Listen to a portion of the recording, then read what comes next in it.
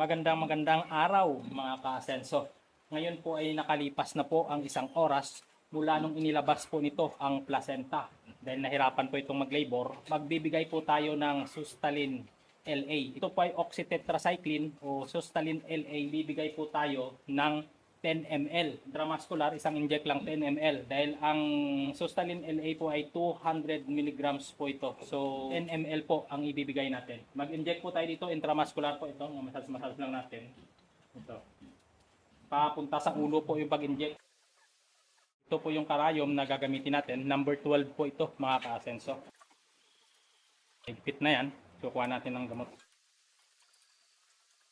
Yung pagtusok natin ng karayom, if ever na marami po tayong tutusukan, wag po natin ulit-ulitin ito dahil mako-contaminate po ito. So, isang tusok lang po ng karayom, bawat isang tusok din dito. So, tulad yan, 10 ml lang naman, hindi tayo mahirapan ito.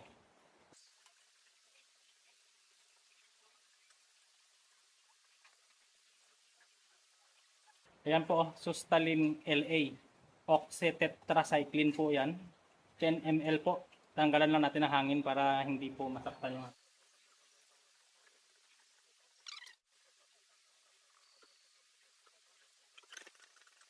Yan po, tapos na po, intramuscular. Nilagyan din po natin ng Mistral powder, yung ari ng ating inahin, para hindi po dapuan ito ng langaw, para magkaroon po ng mga uod.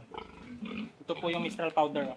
At ito naman yung in-inject natin na antibiotic po, dahil nahirapan itong mag-labor. Nag-inject po tayo ng 10 ml ng Sustalin LA. Bukas ng umaga, magbibigay po tayo ng Premoxil powder para follow-up po. 3 consecutive days ng Premoxil, isang sachet sa umaga, isang sachet sa hapon, 3 araw na magkasunod po na Premoxil naman.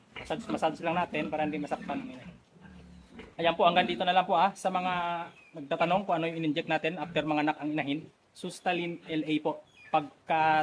Tapos ulit, bukas mag-follow up tayo. 3 consecutive days po yan. Premoxil powder, isang sachet sa umaga, isang sachet sa hapon. Bali, 6 na sachet po lahat mauubos natin.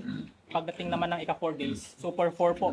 B-complex ang inject natin sa nanay. Dito naman sa leeg po.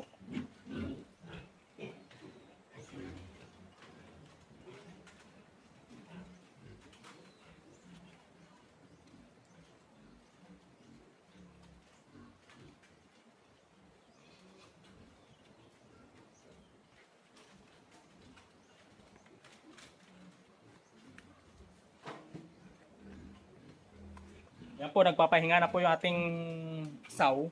Bali, mamaya, pag tumayo ito, pwede natin yan bigyan isang dakot lang para medyo mahidsan lang yung gutom nito. Bukas na tayo magpakain ng 1 kilo muna bukas. Sunod na araw, 2 kilo. Isang araw po yan sunod na araw, dagdag po tayo. 1/4 kilo per piglet ang idadagdag natin sa kainin ng nanay.